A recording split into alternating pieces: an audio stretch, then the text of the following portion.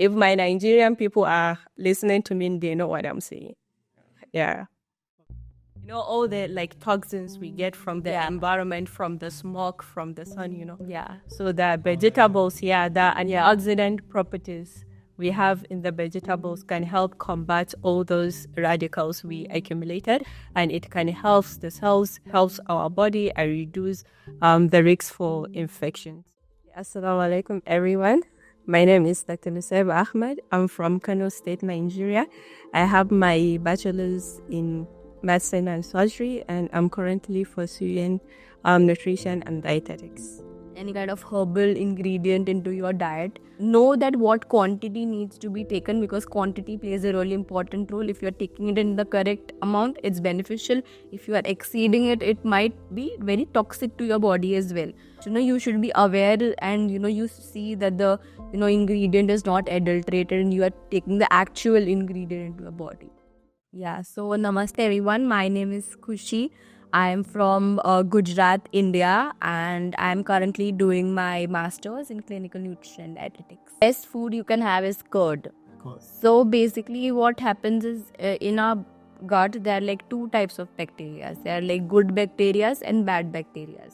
So basically, if you consume probiotics, it helps in increasing the probiotic and helps in improving your gut health. So basically, if your gut is good, your body is good. But Kushi, maybe the people don't know about the quantity or the how much quantity it needed. Therefore, they should visit dietitian or... Yeah, definitely. That's where we, come into picture. We are there to advise you on how much it is your responsibility as dietitian and nutritionist. It's better that you listen to your dietitian on how they are prescribing you, on how much amount has been prescribed you, and make sure that you don't exceed them. As we all know, healthy food is equals to healthy life.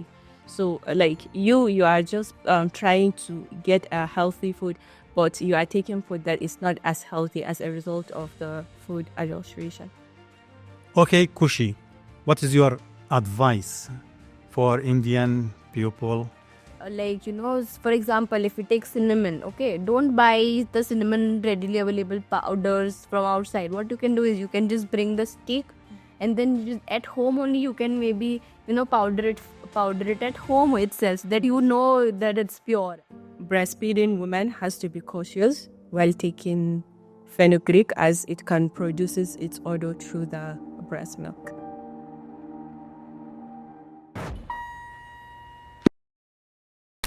Hi everybody, I am Dr. Burhan. Welcome back again to our broadcast. Today's topic is about Indian ancient superfood. We have two guests from India, Kushi, and from Nigeria, Nusayba. Welcome, Kushi, and welcome, Nusayba. Thank you so much for having us. You're welcome. Kushi, can you tell us about yourself? Yeah, so namaste everyone. My name is Kushi. I am from Gujarat, India, and I am currently doing my master's in clinical nutrition and dietetics. And Nusayba, can you tell us about yourself? Assalamu alaikum, everyone. My name is Dr. Nusayb Ahmed. I'm from Kano State, Nigeria.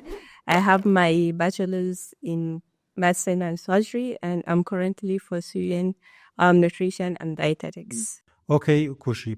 Today's topic is about Indian ancient superfood. Can you talking about this topic? Sure. So as the title itself suggests, that ancient Indian superfoods. So India has been typically very rich in certain foods that we have been using since ages. And it's not something that we, additionally add it in or something like that, but it's just part of our cooking practices that we take. So that's why India is rich with its culture in terms of its food or traditions like that. Okay, can you give us an example of type of this food? Something like turmeric, or maybe garlic, or maybe something like ashwagandha or ghee. That we use it in our normal cooking practices. Even gooseberry, I think it's... Even amla, we call it as an amla, which is Indian gooseberry. We also use it, during, it's usually found in winter season. So that is when usually we consume it. Okay. Okay, Nusayba. What do you think about ghee? Okay, ghee can be a superfood because ghee actually is a clarified butter and it has health benefits. It has an anti-inflammatory properties. As we all know, most of the diseases in human body are as a result of inflammation. So with ghee having anti-inflammatory properties, that can help reduce the progression of inflammation within the body. And if you don't have inflammation, it can reduce it from happening.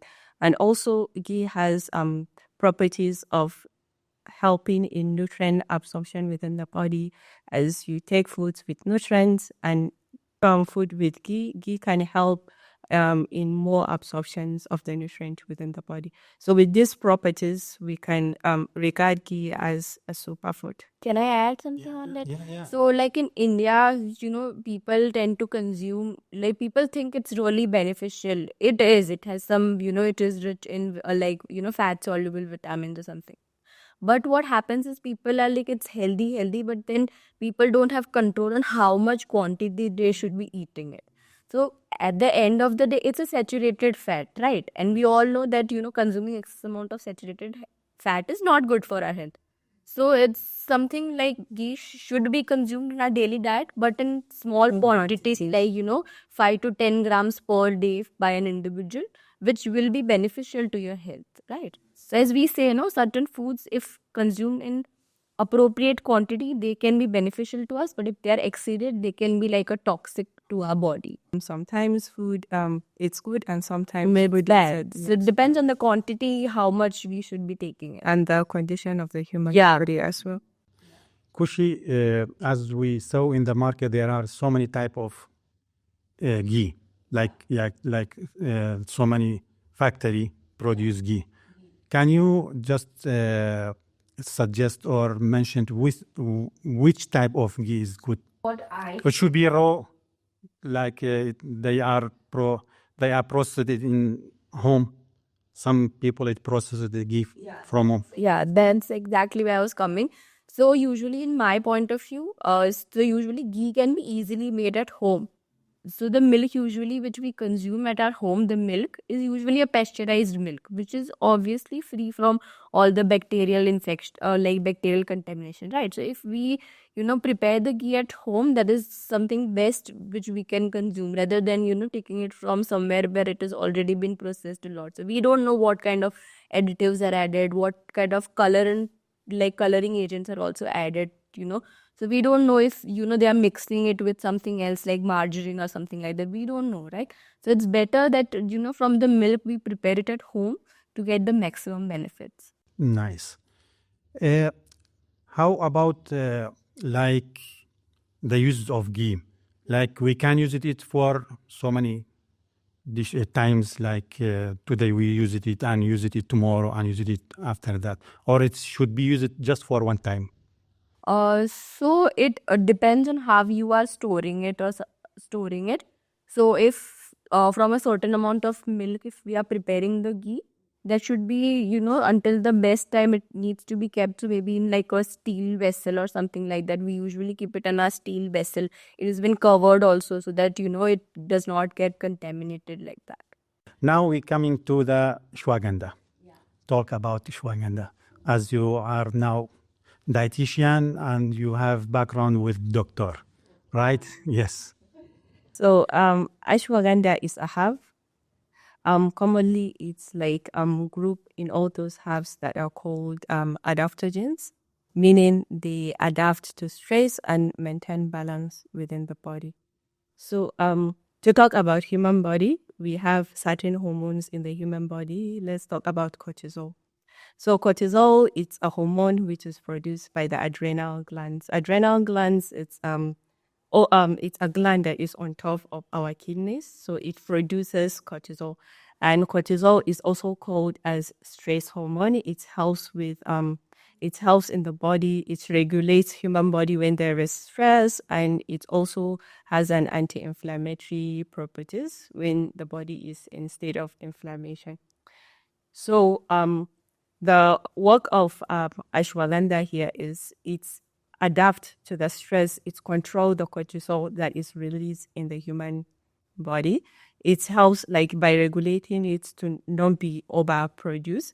As if it is overproduced, it can lead to anxiety and it can progress some chronic conditions within the human body. So the role of ashwagandha here is to regulate the cortisol hormones to not be overproduced, and it will try to maintain balance within the human body. So making the individual feels more calmer and less anxious with less stress. Also, ashwagandha, apart from cortisol, it also regulates other hormones in the body.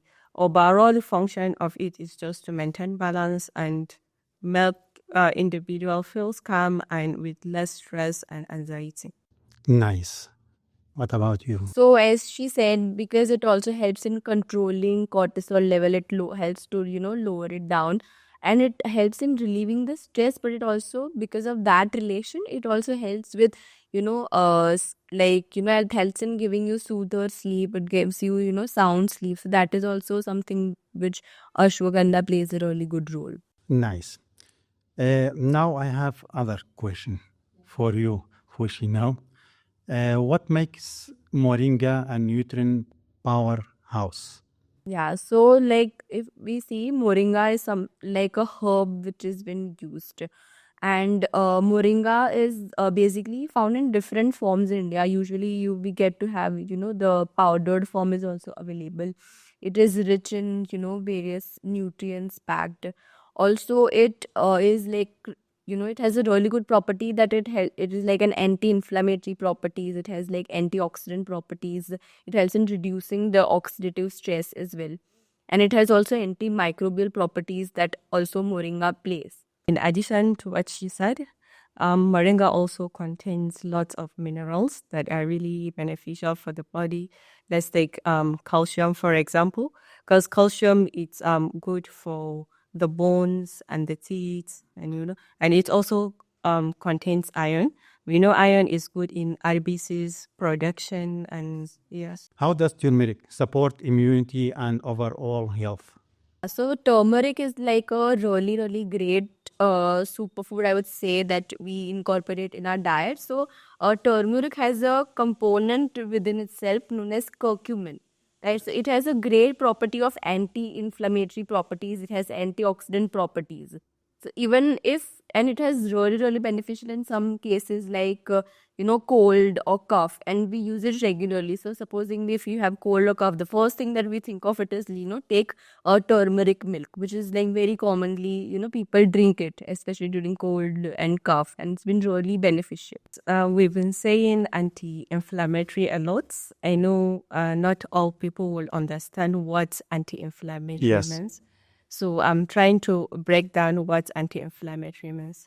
Okay, let's say a microbe. A microbe is microorganisms like bacteria or virus or fungi enters our body.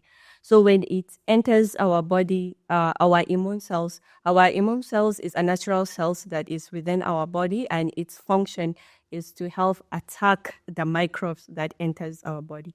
So when the immune cells start fighting the microbes that entered our body, the aim for the immune cells is to help combat that microbes. But let me just simplify it and call it, it's like fighting.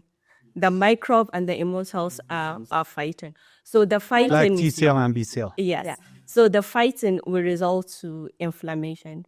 So let me give example, like superficially, if there is inflammation, we will notice by having swelling, redness, and itching. So that same thing happen, but not outside, but within our body. And that inflammation is what results to most of the diseases, conditions that we have in our body. Like she said, the rhinitis, which is called cough and cold, the arthritis that happen within our joints, the asthma, inflammatory bowel disease are all as a result of inflammation. So that's what inflammation means. So turmeric being anti-inflammatory, it means it will reduce all those inflammation that happens within the body. So by being anti-inflammatory, it will reduce the progression of inflammation and prevent people's diseases from progressing to even more worse diseases. Then, Kushi, Can you talk about cinnamon? It's even like Indian superfood. Yeah, yeah. So cinnamon, we also call it as dalchini in our day-to-day life. So it's like a common spice that we use it in our cooking practices. And cinnamon has, I don't know, not many people know about it, but cinnamon has this great property that it helps in, lowering down your blood sugar level. It helps in managing the insulin as well as it also helps with controlling the blood sugar level as well.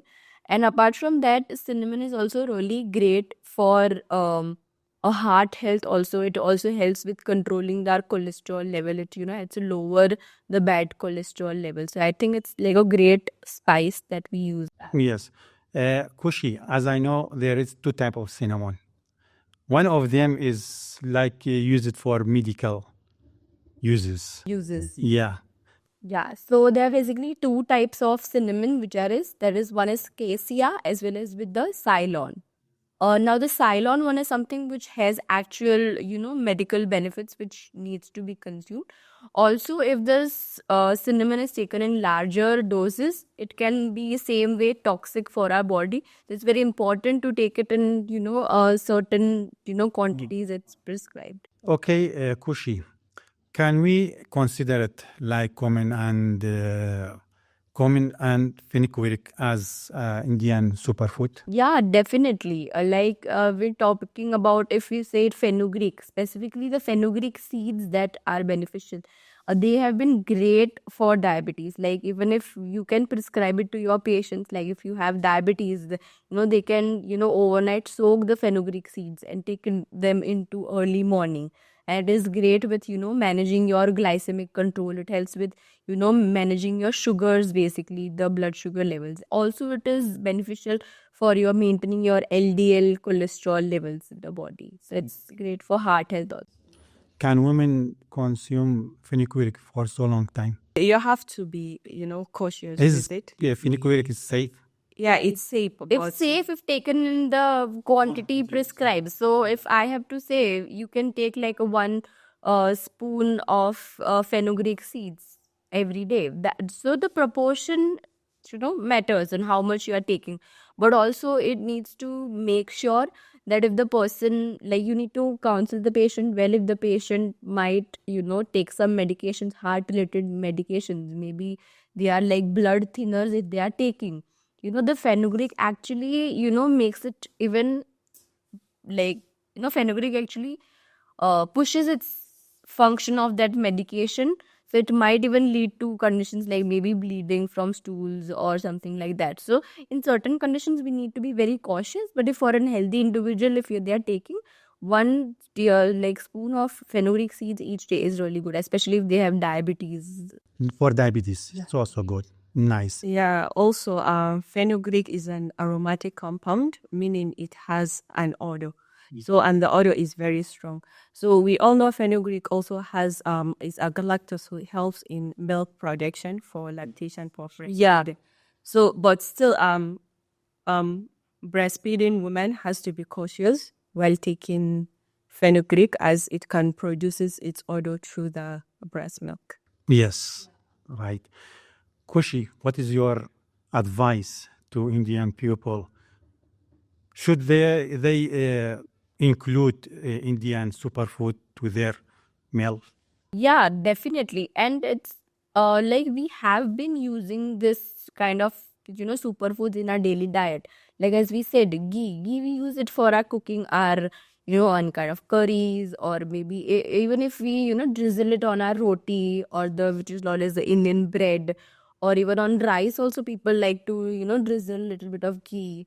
If we say about turmeric also we add them into our curries or dals. Even if we say cumin also we use it for we give this for curries, for dals we use it for the tadka and like that. So we have been using them.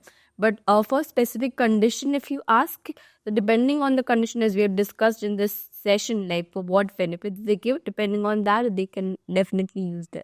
Okay, Nusaiba, what is your advice for Indian people about herbal adulteration? Okay, my advice for Indian people about herbal administration, it's for them to, first of all, learn how to read nutrient levels and to have a knowledge on the effectiveness of the herbal they are taking, as some factories can add colors, they can reduce certain additives that can reduce the effectiveness of that herbal and render it not as effective as it's supposed to be. So first of all, you learn to read the levels, and second, you can make your thing as at home. As we all know, healthy food is equals to healthy life. So like you are just trying to get a healthy food, but you are taking food that is not as healthy as a result of the food adulteration. If we see, it's better that prepare, like, for example, if we take cinnamon, okay, don't buy the cinnamon readily available powders from outside. What you can do is you can just bring the stick, and then you just, at home only, you can maybe, powder it at home itself, so that that it's pure, and nothing is added. Exactly. Yeah, Because such practices can be added, like for same for ghee or maybe cinnamon, like that. So it's better. yeah, because like all those packed product are not as good as they seem Because to a be. lot of preservatives Yeah. are added to them. Let's take example for moringa. Like Yeah. you can get your moringa leaves, dry it at home, Yeah. and make it into powder Powder and form, then yeah. use. Yeah. Okay, Kushi, I have one more question. What is your strategy to make your body more healthy as a dietitian? So as a dietitian, as I have been like repeatedly telling also, so one tip that is eat home cooked meals. So you know what you are adding to it, how much you are adding to it. So you know the quantity, you know the quality of it. So it's better if you have the home cooked meals. Also, it's better that even if you are having any kind of herbal ingredient into your diet, the know that what quantity needs to be taken, because quantity plays a really important role. If you are taking it in the correct amount, it's beneficial. If you are exceeding it, it might be very toxic to your body as well. So it's very important that the quantity is very much important, and also the quality, as we discussed right now, a lot of adulteration also takes place. So you should be aware, and you see that the ingredient is not adulterated, and you are taking the actual ingredient into your body. But Kushi, maybe the people don't know about the quantity or the how much quantity it needed. Therefore, they should visit dietitian or Yeah, definitely. That's where we, come into picture. We are there to advise you on how much yeah, it it is needs to your be taken. responsibility as dietitian Yeah, and so nutritionist. it's better that you listen to your dietitian on how they are prescribing you, on how much amount has been prescribed, and make sure that you don't exceed them. Yeah. Yeah. Even we can explain some example like ashwagandha and fenugreek in next episode for our broadcast. Maybe also you come again with Nusaiba and explain Yeah, sure. that. Okay. Yeah. Healthy food is simple. Like it's not as hard as it seems to me to be. Like you can have a healthy diet by following simple stuff, by like eating the staple crops available in your region, eating the whole grains without processing it. You can limit intake of simple sugars, all those all the oils, and you limit taking processed foods. So that can help in having a healthy diet and, healthy life as well. And you add lots of fruits, you eat them with the bark because the bark contains a dietary fiber, which is really important in maintaining the gut health, preventing constipation, and also like improving the heart health. The fiber even it's good for feeding probiotic like beneficial bacteria. Yes, called a prebiotic, as well as, if you are trying to control your weight, as it will make you feel full, you don't need to eat lots of food. So that's why it's important for you to take whole fruits rather than, making fruit juices or buying fruit juices from the store. And then vegetables. Vegetables are also very important as they contain all the essential minerals that are important for the body, and they have the antioxidants that will help you fight all the free radicals. Help me with free radicals. It's simple terms, simpler terms. all the like toxins we get from the environment, from the smoke, from the sun. Yeah. So the vegetables, the antioxidant properties we have in the vegetables can help combat all those radicals we accumulated, and it can help the cells, helps our body, and reduce the risk for infections in our body. Yes. Nusaiba, as a doctor, can you tell us about probiotic? Okay. Some short explanation about. So probiotic, it's like a live microorganisms that that we get in our foods. That helps our gut maintain the gut health and prevent constipation, and also cure certain diseases like diarrhea and some inflammatory GI conditions. So normally we get prebiotics in certain foods like curd, buttermilk, sauerkrauts, or You mean fermented? Yeah, food? fermented, Yeah. fermented stuff like all those cabbage fermented in vinegar and stuff. So yeah. Can I explain it in a more simple language? I will ask you, which Indian food, fermented Indian food, is high in probiotic? The best food you can have is curd. Curd. So basically, what happens is in our gut, there are like two types of bacteria. There are like good bacteria and bad bacteria. So basically, if you consume probiotics, it helps in increasing the probiotic and helps in improving your gut health. And as we know, there's a lot of more studies going on related to, a gut brain health and a lot of related to gut. So basically, if your gut is good, your body is good. Right. So it's very important to consume foods which have Even probiotic it's like related to your brain. brain. That is That's what I right. said. It's like a gut brain axis, right? Yeah. So that is how you can consume curd, you can consume buttermilk, and which is great. Okay, Kushi, what is your advice for Indian people, like for general diet, nutrition, to be more healthy? So it is very much important for everyone to have a balanced meal. So balanced meal per se, it needs to, it needs to have, like good quantity of protein, carbs, and fats also, and all the vitamins and minerals included. So the meal should be balanced meal. So if we take it as an example, what can we take it as a example, right? So for example, for a lunch, we can have dal, which gives us protein. Then we can have rice, which gives us the carb, right? Then we can add on to ghee onto it, which gives us a fat. Then we can add like a sabji, which can add as a fiber content to it. Yeah, so this is how we can include it. Also, we can add, salad to it, like some cucumbers or carrot or beetroot, which has a lot of vitamins and minerals. So if we see the whole plate, we can also add like a buttermilk or curd to it. And this is how we can make the whole balanced meal, which has proteins, carbs, fat, fiber, vitamins, minerals, and probiotics also. So there's a balanced meal going on. Also, it's very important that the we are having home cooked meals as much as possible. We are incorporating at least 1 to 2 fruits in a day, incorporating vegetables into our diet so the fiber content is high. Also, it's very much important key you are limiting your intake on simple sugars. So now if we say, sugar, they are like, yo, they just have to, restrict sugar. But it's not like that. It's like sugar also, honey also, and jaggery also. All three have similar properties in our body, right? All three, shoot up your blood sugar level in the same possible way. So it's very much important to limit your intake. Also limit fried food, especially those processed foods like chips or maybe per se the samosas that we eat, vada pav or something like that. So fried food needs to be avoided. And even if you are taking it, it's better it's home cooked and in limited quantities that you are eating.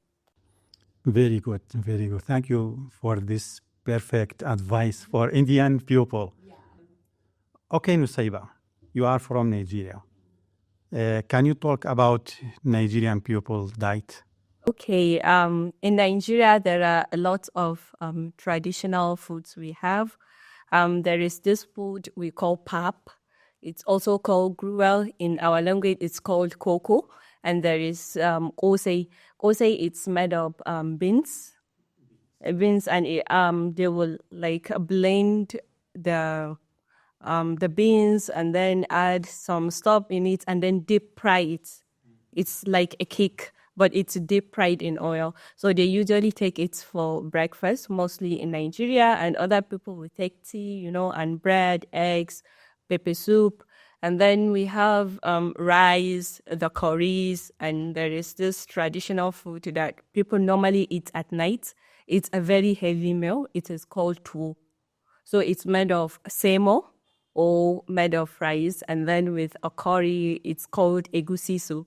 Egusi soup. Yeah, egusi soup in Nigeria, or other vegetable soup with meat or chicken or fish or other types of protein. It's really a heavy meal, and usually people take it at night. And there are At other, night? at night. And there are other traditional foods like awake, which is made of refined flour. They will add potage and, green powder. It's baobab tree, so they make it into powder. They add it and, potassium with water. And they will eat it with oil and Maggi. Masala, masala. So the raw masala, they eat it with raw masala and then add pepper. The pepper, it's like make into powder with another masala. So they will use the masala, the oil, and the anwake, and it's like that. So it's nice, but it's really not healthy. And there are lots of diets. If I'm to mention, I will exhaust my time explaining of all the foods. But if my Nigerian people are listening to me, they know what I'm saying. Yeah. Okay. And what is your advice for Nigerian people? Okay. My advice To be healthy. Yeah. First of all, I would tell them first how to modify certain foods, and then I will advise them on how to, get a healthy diet. So there are some adjustments that need to be taken regarding our diet. Let's say this cocoa we used to make, the one I said, it's called pap. So normally it's when preparing it, it's made of millet. As we know, millet is a good carbohydrate with good proteins and minerals and stuff. But in Nigeria, and the way they are making it, it's like they are exhausting all the nutritious components of millet. First of all, if they are making it, they have to soak it and then remove the outer layer of the millet, which contains all the fiber, and then they will grind it in a machine. And then they will come again and blend it, remove they will just take the water. I don't know if you are getting it. So they will just get the water and then extract all the other components in it and then prepare the pap. So the better way of making pap, I think it should just be soaked and then grind without removing the outer part. So that's the modification that needs to be done for pap. And also the sugar content should be reduced, because some people put a lot of sugar. So they can adjust by trying to reduce the quantity of sugar. Or maybe they can use, other forms of sweetness, like maybe dates or something like that. Yeah, because they are healthier, but in Nigeria, the average man cannot afford buying dates, to add, because date is very expensive. So, yes. So as for kose, it's called akara. So the one I said, they use beans and stuff. So the things that need to be done in kosai, they should stop deep frying kosai because there will be too much of oil in it. And we all know that oil is not good for the heart. As there is this silent deposition of oil within our blood vessels that leads to, atherosclerosis, myocardial infarction, in simple terms, heart attack. So it's better we use masapan. I know the Nigerian people know what I'm saying about the masapan. There is this pan we used, it's non-stick pan that we use to do masa. Masa, it's another Nigerian dish, but they know what I'm talking about. So we can use masapan instead of deep frying kosai. We can use masapan, put a little amount of oil and then fry our kosai in it. And also, Nigerian people are negligent when it comes to vegetables. Nigerian people don't really eat vegetables that much. So you should try and incorporate more vegetables into our diets, as vegetables are not expensive. like lettuce. We can use cucumber, onions, carrots. We can all add it in our diets so our diets can be more healthy. And as for tuwo is a very heavy meal. We should change that narrative of eating tuwo at night. Because tuwo it's a very heavy meal. Like maybe we should shift it to lunch and stop like more focused on eating lighter meals at night.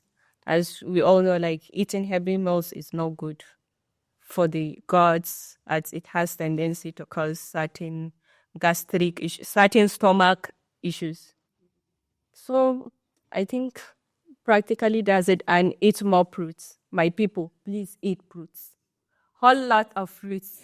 They don't eat fruit a lot. Yeah, they don't eat it that much. Like in Nigeria, if you are rich, you have to like show your richness by eating meat, Meat, chicken, ah, all those, and eating processed foods like shawarma, burger, pizza. Yeah, you flaunt your richness by eating all sort of things, and they are not good for you.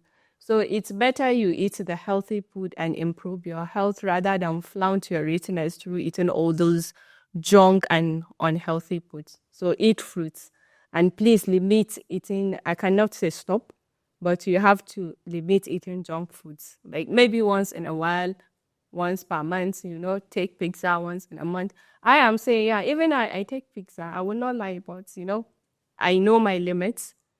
I limit taking it. So you as well can limit taking all those junk foods and focus more on natural and healthy foods. Good, very, very good advice for your people, Nusaiba. Kushi and Nusaiba, thanks for participating today for our broadcast. You are welcome. Thank you so much for having us. Yes. It's like a great opportunity to come here and talk. I'm really Yeah, enjoying and- with this high knowledge. Oh yeah, for and both of you. expressing ourselves, especially yeah. to my people. I hope my Nigerian people will watch this broadcast. I hope we can meet in another episode for broadcast even and share more knowledge for different topics. Yes. We have come to end of our broadcast. Thank you, special thanks for our audience. If you have any question, feel free to send your question or write it in comment to us. Like, share, and subscribe. Okay, remember, healthy food, healthy you. Food, healthy body. Yes. Yeah. Thank you, Koshi. Thank you, Nusaiba, for your participation today. You're Bye. welcome. Bye. You're welcome. I hope you broadcast for- enjoy it, yeah. and if you have any question, feel free to put Why it you under not the coming? comments. She's doing very good. There's been a lot of YouTube videos. Yeah, you should be YouTuber.